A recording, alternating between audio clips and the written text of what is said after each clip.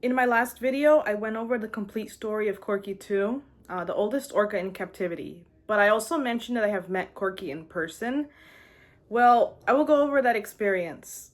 This experience was post-Blackfish, and I know that orca captivity photos and such do get a lot of negative attention online. But I also wanted to highlight why I went to see her, as well as her behavior that day and how it affected me and inspired me to create my last video. So let's get into this. When I was 18 years old, I became obsessed with orcas, mostly from nature documentaries on Netflix. I could basically give all the credit to Our Planets over here. It was random, but I decided to get more into orcas, and I liked learning about their ecology, their behavior, and their diets. And of course, I inevitably came across the Blackfish documentary. So I decided to watch it because, hey, another orca documentary, why not? And like many people, it not only made me feel angry on how we view orcas as a species and how we have treated such animals, but it also made me very curious about the entire realm of orca captivity. So I'm a science major, I'm an animal science major, and I decided to go deep down the rabbit hole of orca captivity. And my God, was it very complex. I mean, I went full like professional researcher on this. I learned about every single captive orca, like where they were born or captured and whether they are still alive today, their ecotypes, their family, and even watching historical archives of them for hours and hours on end. I also decided to research every single facility that owns or has owned captive orcas, and I began comparing tank sizes around the world and from different eras. Of course, some were much worse than others. And after watching many different documentaries about captive orcas, archive footage, and reading scientific papers, inevitably some orcas actually did grow on me. These orcas include the late Gudrun, the late Nakai, the late Keiko, and of course, Corky 2. Now, after learning about Corky 2 and the sad stories of all the captive orcas, I decided to become an anti-captivity activist for orcas. I started supporting organizations like the Dolphin Project and the Whale Sanctuary Project. And I even attended the 2024 Empty the Tanks event in front of SeaWorld San Diego in May 2024. But in the protest, I wasn't prepared nor told that we would be getting middle fingers and stuff like that. At one point, some dude flipped us off, and an older man told me to F off, if you know what I mean. Granted, I was protesting alongside PETA activists, so it's probably more geared towards them, but it was actually like, it made me feel like I was too biased and that I was not looking at the other side of the debate. So instead of taking those insults personally, I decided to dig deeper into the pro-captivity side of the orca captivity debate. I actually got in contact with a few orca trainers who currently work at SeaWorld San Diego specifically. They were very open, and I wanted to thank them for being so transparent. So after seeing how the trainers there felt and how they described their bonds with the animals, I decided to visit SeaWorld San Diego for the first time. Yes, post-Blackfish in 2024. I went to SeaWorld San Diego on August 7, 2024, with my father and my little brother. I was actually 19 years old, and it was because my parents had never taken me to a SeaWorld park when I was little. And my mother did watch Blackfish like a long time ago, and she pretty much hated SeaWorld, so yeah, that was that. And I actually booked a dine with orcas and an up-close encounter with one of the orcas. I know it was excessive, but I just wanted to get the full picture of the debate. So we went to SeaWorld and we did go on all the rides and we did see all the shows and the different animal exhibits. We did see the Orca Encounter show, and I was actually a little uncomfortable sitting there. Like, after seeing all the documentaries, vintage footage, and all the orcas who had died at SeaWorld San Diego, it felt surreal, but also melancholic. Like, I knew I was in a place where suffering had happened and still occurs, but then I saw a dorsal fin in one of the back pools, and it was a straight, tall dorsal fin. And I think I kind of stopped feeling uncomfortable at that moment, and I jumped into like Oh my god, it's actually an orca. It was the first orca I had ever seen, and it was none other than Corky. Corky, Ikaika, and Shouka were in the show, and seeing an orca for the first time was absolutely mind-blowing. I slowly felt more... I was like feeling more unsure though as the show went on at what I was seeing, however. Like I knew that it wasn't right, but I think seeing the in the show when they would have the big screen there, they would show wild orcas and seeing them swim very fast in the ocean and then seeing the orcas in the tanks, it just felt very ironic. And there was also a lot of splashing of the audience, which is like, yeah, okay. So we leave the stadium and after the show, and then we go on more rides. And then came the up-close tour. At around 2 p.m., I had to meet at the underwater viewing tank in the Orca Stadium. So it was me and a family of 5. And we were led by 2 trainers to the actual stadium. It was so interesting just seeing like the bleachers completely empty. It just made the whole place feel a lot bigger.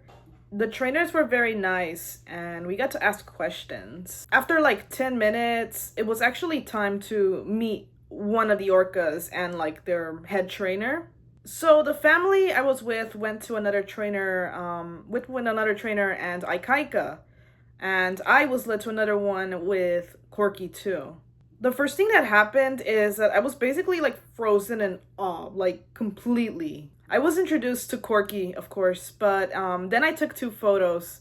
Corky turned her head slightly, however, and Corky turned her head slightly when I was faced against the glass. It was in a way where she was almost trying to observe me. It was eventually confirmed that she was actually looking at me with her face because her eyes were actually like right in front of me, like right there. I saw my reflection in her pupil. I know that she is partially blind, but the trainer that was there actually told me that she was studying my presence. And I was pretty much in like shock. Never in my life had an animal looked at me like that. And I have volunteered at the animal shelter for a good year before this encounter. It was surreal because it was almost like being face to face with a person. I did little activities with Corky and her trainer, like doing this with my fingers and like running back and forth so she would like follow me. Even doing those activities, it was like it was like akin to like training a dog. They would explain it to me like that. But it didn't really feel like that personally. It felt like working with another person. I am not kidding. I did take several photos with Corky as seen here. It was saying bye to Corky that really brought me back to my prior melancholic state. Prior to this visit, I knew about her companions and her history, so I placed my hand on the tank and she was facing me and I thanked her. And I actually told her clearly that I love her and I'll remember her and I'll remember this encounter for the rest of my life. It was really an experience like never before, and I'm personally very grateful to have this kind of personal interaction with Corky too. Honestly, on my visit, she seemed very active and she was always moving. Like she did not want to stay still. During the show, she was doing most of the jumps and backflips, despite being alongside a 21-year-old and a 30-year-old. I mean, she was into it.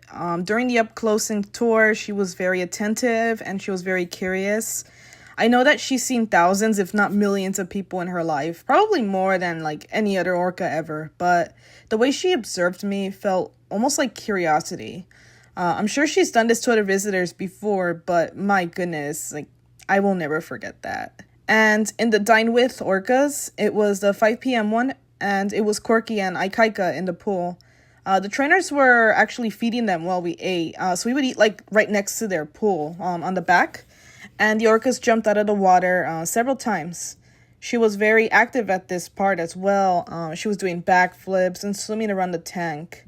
I actually felt very bad because she was doing constant loops, and knowing her history, she's done this for God knows how many times. But altogether, she kept herself busy and did many high energy behaviors.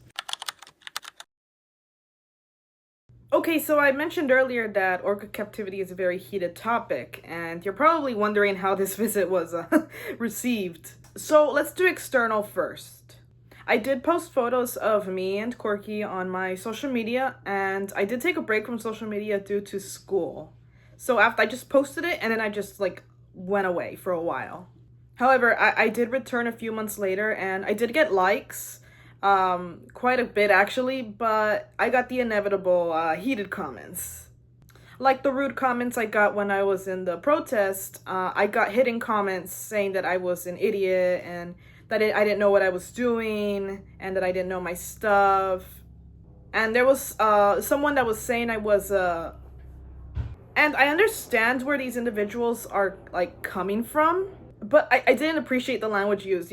Later on, I did get another comment that was not as rude, but it basically said they said that they were very sad and they didn't like orca captivity and that it was like such and that person and I actually began to talk about how we both didn't really like the circumstances, and I said personally that I wished Corky was actually never in captivity.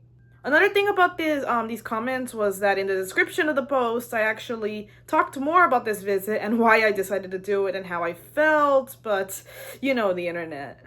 You see something, you say something. Okay, I already deleted that post mostly because I just didn't want more comments, but yeah, that's how that went. However, internally, it was a lot more complex. I was personally trying to process that I had gotten flack from both sides now, but most of all, I was thinking about Corky. I was thinking about who she is as an individual and her current trainers and her current life right now. I was doing a lot of thinking. I began to like imagine how it must have been for her to be captured, to lose her calves, and to be in the same tank day after day. And I also thought like to myself, like if I was taken from my birth family as a child and had to go through that and being like an older person still living in a small space, it sounds anthropomorphic, but I really wanted to put myself in her head. I mean, I'm 21 years old, and Corky, I mean, she's been living in this for like over 55 years as of now. Like, it is unfathomable. I visited SeaWorld San Diego to see Corky 2 for myself. I wanted to see both sides to a heated debate. I did get criticism from both sides, but at the end of the day, I do not regret my decision. I did it. I met Corky 2, and I learned from the experience. You know, after getting into the captivity advocacy for orcas when I was 18, I would say stuff like, you know, like, oh, SeaWorld sucks, and I will never support a marine park in my life.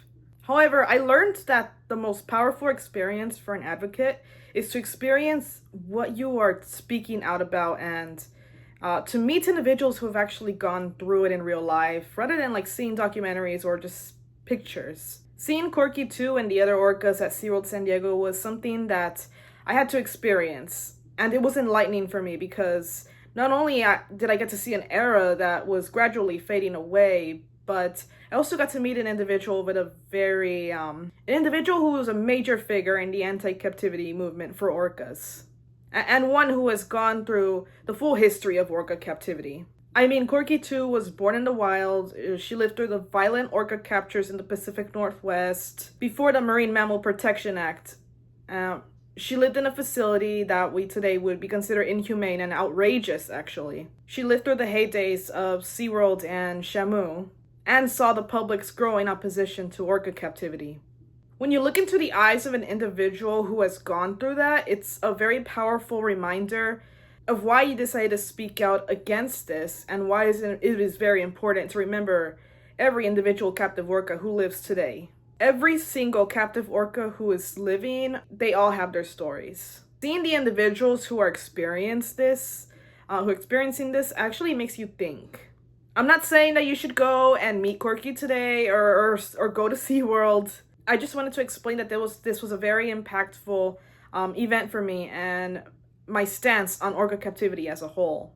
And I will remain grateful that I experienced what I did, and I will carry this experience with me for the rest of my life. Thank you so much for listening about my experience with Corky 2. I would like to make a video later on my thoughts on SeaWorld and explain further about my thoughts on cetacean sanctuaries. I know that's like going around a lot right now. But for now, thank you so much, and feel free to share this video and comment your thoughts. Hope you have a great day.